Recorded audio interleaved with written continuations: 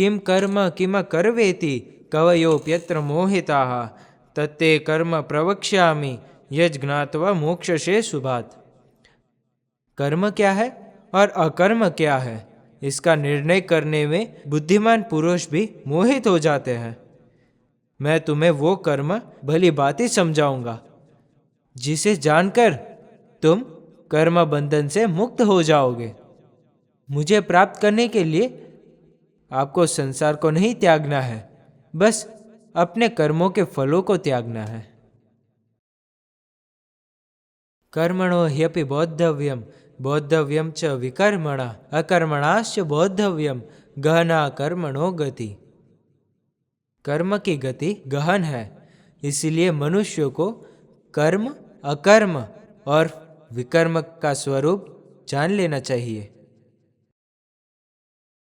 कर्मण्य कर्म यः पश्येद अकर्मणिश्च कर्म यः स बुद्धिमान मनुष्येषु स युक्त कृत्स्न कर्मकृत। हे पार्थ, जो मनुष्य कर्म में अकर्म और अकर्म में कर्म देखता है वह मनुष्य में बुद्धिमान है और वह योगी ही समस्त कर्मों को करने वाला है। यस्य सर्वे समारंभम काम संकल्प वर्जिताः ज्ञानग्नि दग्ध कर्माणम तमाहु पंडितम बुधाः।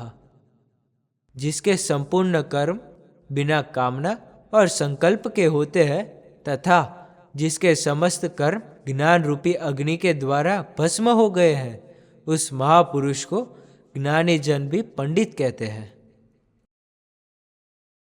त्यक्त्वा कर्म फला संगम नित्य तृप्तो निराश्रय कर्मण्यभिप्रवृत्तोपि नैव किंचित करोति सः।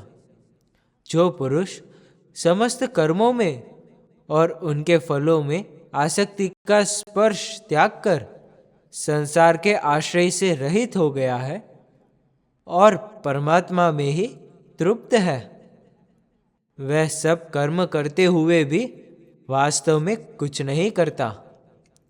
मनुष्य के मन में सदा ही भय रहता है कि उनके कर्मों का फल उसे कैसा मिलेगा।